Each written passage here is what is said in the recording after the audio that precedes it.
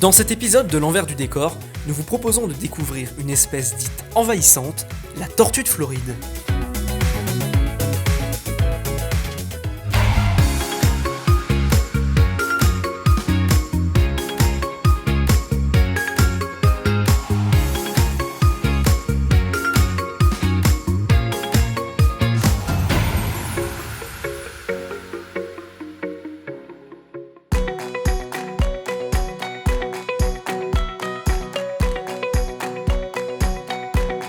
Le parc zoologique possède une dizaine de tortues de Floride, dont le bassin des Flamants Roses.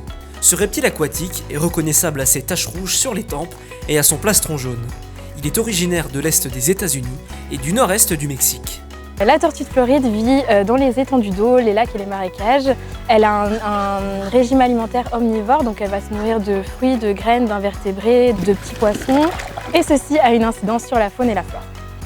Au départ vendue en animalerie, sa croissance rapide et son agressivité ont fait de la tortue de Floride une menace pour les écosystèmes. La tortue de Floride est très petite au début, mais elle peut atteindre 30 cm et un poids plus ou moins égal à 3 kg, ce qui en fait un animal assez conséquent. Concernant cette espèce, il y a une commercialisation de masse et une méconnaissance aussi de cette espèce qui a créé en fait beaucoup d'abandon dans la nature, ce qui fait que cette tortue a envahi le territoire d'autres espèces comme par exemple la cistude d'Europe qui est en danger.